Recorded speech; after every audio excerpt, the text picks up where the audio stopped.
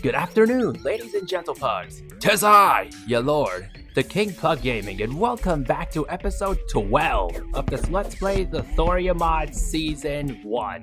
Now, of course, I already know. Y'all saw what the title was and what the thumbnail was.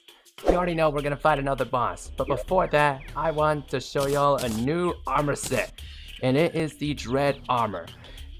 And now, let's look at the stats. Dread Skull, 18 defense, infused with the souls of the damned. And yes, I already know some of y'all will be in the comments like, the King Pug Gaming sweared! He said a cuss word! Allow me to educate y'all. Without the ED, that's a completely different word. In religion, damned is a term used for all the souls that'll suffer in hell for all eternity. So, now that you know, I want y'all to stop making complaints and delete the comment if you're typing it. Just delete it. I already told you what the word damned meant. Anyways, now let's just shut up about the word damned and let's keep talking. 10% increased melee critical strike chance. 10% increase in melee speed. Set bonus, your boots vibrate at an unreal frequency, increasing base movement speed significantly. While moving, your melee damage and crit chance are increased. Dread Chestplate, 19 defense, infused with the souls of the damned. Okay, I know you're gonna say it again. Stop it! I already told you what that word meant. 20% increased melee damage, 10% increased melee speed, and Dread Greeds, 18 defense, infused with the souls of the damned. I'm watching you! 20% increased movement speed and 10% increased melee damage. So yes, you get the point of this armor set. It makes us move really fast, even though it's infused with the souls of the damned. I may have said it again, but no more complaints. I told you what it meant. Now remember, it's a religious term. So now, it's time to start accomplishing our mission for this episode by heading east to the jungle into the Lizard Temple and taking out the golem. Then we can prepare for the next boss. You're still complaining about the word I just used. Did not tell you the definition or not. If I did, you now know what it means. Stop complaining. Okay, now we are at the entrance of the temple. Now, let's swap back to the turtle armor because I want to stay alive as long as possible. And also because I know y'all will be like, oh god, he's gonna be one of those souls. So, shut up. I told you the meaning of the word damn. Now please, stop complaining about it. Needs to get it on my nerves. You don't usually do that, but now you're pushing me to my limits. Some very dangerous enemies down there. Like a couple lizards. You already know. Very common enemy. And we got solar pebbles. Think that's dropped by a new mod? But hey, this is obviously a mod, so it's gotta be something new from a mob. So, lizard pot mimics can drop glorified bullets. That's nice to see. Solar pebble. The lizard people carry these in reverence of the sun. Because they worship the golem as a god? That could be the case. Yeah, best idea to stay up here until all the mobs down there are dead. Because there's way too many for me to count. And also, new one, the Sun Priestess. And honestly, that's the one that shoots super deadly fireballs at me. And hello, first lizard chest. Thank you for a lizard power cell. And hey, there's a new mob again, the lizard mimic. And hello, Sun Priestess. Right now I'm focused on the Mimic, and he drops lizard power cells. Nice, and solar pebbles just like the Priestess. But there we go. That has been taken care of, luckily. More lizard power cells, thanks. And we got something similar to a necropot from the dungeon. It is a lizard pot. And it looks just as intimidating, but instead of shooting water bolts, it shoots a lot of fire. And that was very heavy thunder. You think that matters when there's a mimic trying to kill me? Nah. Yeah, I love the Elamite skill. But I didn't realize that the Elamated debuff applied to enemies is actually super powerful in terms of making enemies take a lot more damage than normal. And yeah, it helps me take care of a lot of enemies pretty quickly. Now the lizard power cell, thanks. Again, thanks for the lizard power cell. And again, thank you. And again, thank you. And again, thank you. And again.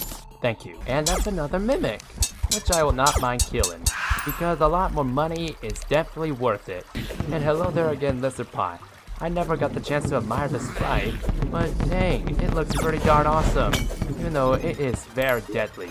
And thank you again for that, the power cell. And 12. Okay. Goodbye. It's obvious I know where I am now. This is the final room, and it's very big. It is a lot wider than the one I had in the Spirit mod. Thank you, Terraria, for listening to my request for a much larger final room in the Lister Temple. Now, when I said larger, I didn't mean deadlier. And the last Lister power cell. Thank you. Now we have 13. That is a lot, and I think that's a lot more than the average Lister Temple can contain. But to be fair, we are playing in a Terraria mod. So, let's go on ahead and beat up some golems, because we may want to. Obviously I do want to do right now. Turtle armor is doing an average job, but now let's pull out the dread armor. No more comments on the word that is used in every piece of the armor, okay? Now, that's a lot of damage! Now the dread armor may have less defense than the turtle armor, but its set bonus is so much better. The faster you move, the more damage your weapons will always do. This has been a simple and easy win. Goodbye, Mr. Golem. Nice! Thanks for the trophy on the first kill. Now, I know I need an Eye of the Golem for a new weapon, so I'll just keep killing the Golem a lot more times. And also forgot to say this in the previous episode. Sans is back. Gatster blasters and the phantoms go. Yep. The sound has made a return to the Phantom Wand from the Lich. Now this is the much better improved version of the Vampire Knives. And I adore that a lot. Yet again, it's what you are, Mr. Golem. Thanks for the treasure bag, sorry man. But now, you're dead again, no matter how much damage you can deal to me. Okay, let's head back. I think that's enough golems I have to kill, hopefully for the Eye of the Golem. Yeah, I sure hope so. Let's see. That's a sunstone. Yeah, that only took 2 tries. Rash Eye of the Golem. But now, let's see if I can get a picks off. That's a Golem Fist, but it's a melee weapon, so whatevs. And that's a Stinger. That's fine. Take the Eye of the Destroyer out of the chest, and then, you know, teleport right over to the Soul Forge, I believe. We have to make it a... Nope. Do the Oracle command bill in order to craft this here. Golem's Gaze. 96 melee damage, 24% crit chance, fast speed, average knockback. Rapidly unleashes enemy melting fire beams. And to make it, you need the Eye of the Destroyer, the Eye of the Golem, and 10 solar pebbles. So basically, right after you enter the Lister Temple. And man, it looks pretty cool. Wow, that didn't take too long at all. And I mean, even though the Eye of Cthulhu is stronger, I still think the Golem's Gaze would be a pretty good weapon against Duke Fishron, because I might need to play around against the Forgotten One. And of course, just in case, well, I'm also gonna make the Beetle armor, because it's still just as good as the Dread armor, but provides a lot of damage reduction or damage increase depending on which type of chestplate you craft. Now it's time to go over to the right ocean and kill Mr. Duke. Crimsline, you're my test subject. Okay, Golem's Gaze doesn't release projectiles rapidly, but it does it at an average speed, so I can't say it's bad in any wrong way. I mean, it's pretty good as long as you can, you know, have the ultimate yo-yo bag with you. Funny game. I'm recording an episode while there's a thunderstorm outside in real life, and now it starts to rain. Very funny. But anyways, let's go ahead and kill Duke Fishron. Oh, hi there, Martian Pro. Hold on. Let's get rid of you because I don't need you right now. All I gotta focus on doing is killing Duke Fishron and prepare for the next modded boss monster. That is all. To me, I think the Dread armor set is just too good for this fight against Duke Fishron whenever you're playing Thorium Mod. I mean, it is so much easier now that you can move significantly faster than it, and every time you move faster than it, the weapons you use get stronger. And bye-bye, Mr. Duke of the Piggy Fishes. I mean, the Pigrons. Flayron, please. Oh, new weapon. Red Step and Staff. Thanks for the Stripper Truffle. Soul Anchor. Anchors your soul and health to your current position. Right click to return your soul. Revert and health to its original value. Can only be used once every 5 minutes and saps your soul upon returning. And no thank you. I must kill him again. And now, down you go again. Mr. Pigron. Fishron, come on. Not that hard to remember this guy's last name. It's always Fishron. Nothing changes even though it looks like a Pigron. And there we go. That's been taken care of. Now, Flayron, please. Okay, another new weapon. Brine Fang. Okay, that's nice and all. Now, once more. Yet again now, Mr. Duke. Sort of good fight, but now, once again, Flayron, please. Hey, thank you. Now we got the Duke's Regal Carnix. Blows a barrage of bubbles that violently pops against enemies. Oh, it's that sound from the Queen Jellyfish. I hated that sound, but now it's nice to see y'all that we got the Flayron. But I want Duke Fishron's trophy as well, so I'll kill him a few more times. This version of the Flayron is completely awesome. And is that the trophy I just saw? Nope. The trophy is mine, Duke Fishron. Just give it to me already. Pause. Okay, never mind. Guess I'll have to kill you a few more times. It'll be fine. You'll die again. And trophy, please? Come on. I'm asking politely, so please, hand it over. Hate to tell you, Duke Fishron, but now you're dead again. And no trophy. That's okay. I can get it off camera. Real quick, y'all. Time to craft a new accessory. Fully Aegis material. Maximum life is increased by 20. Increases length of invincibility after taking damage. Absorbs 25% of damage done to nearby players on your team when above 25% life. And to make it, you need the Cross Necklace and the Paladin Shield. And there we go. Another modded accessory, which we can use to make an ultimate accessory near the end of the mod. Now, let's head back to the Right Ocean because the boss we're about to fight can only be fought in the Aquatic Depths biome.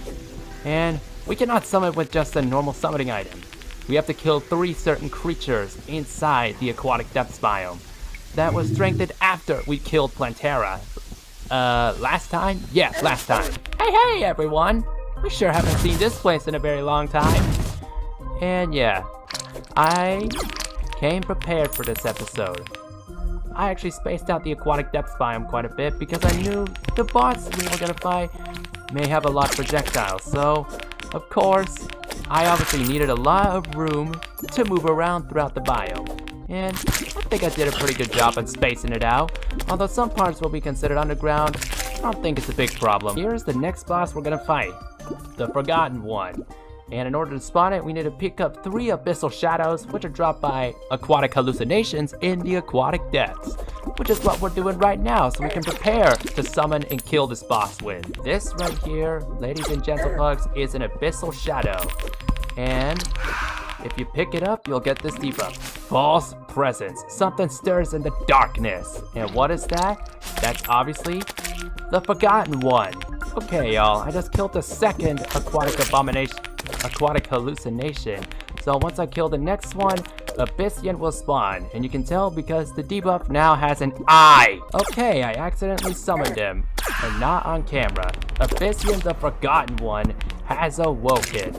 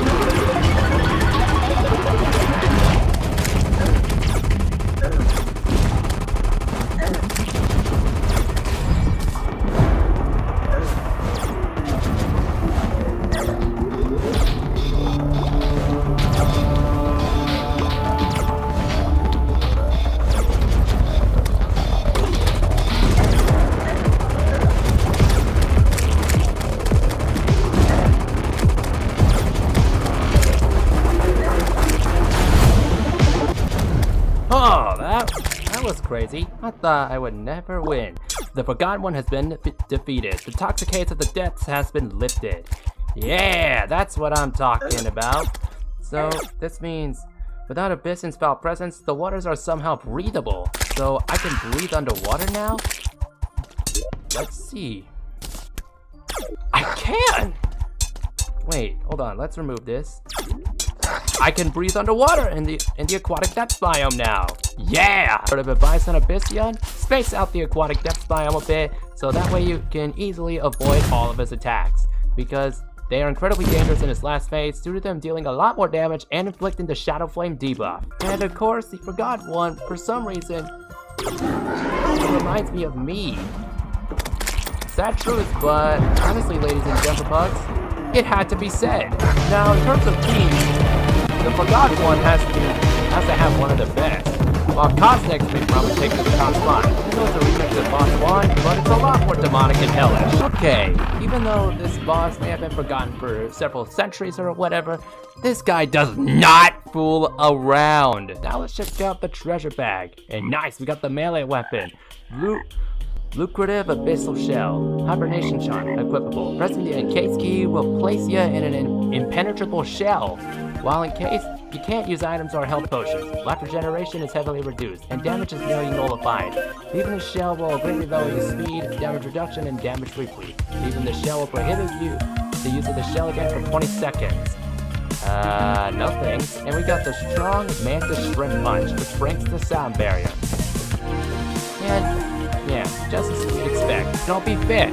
I did get a bit over-prepared with this boss because this is practically a post-golem boss, and I killed 2 fishron so I could have an upper advantage. But it turns out I didn't need it. But anyway, that'll be it for this episode until we reach Moonlord. So anyways, until next time, I hope y'all have enjoyed watching me lose my sanity. And as always, thanks for watching, y'all. Have a nice day, and stay pug-tastic.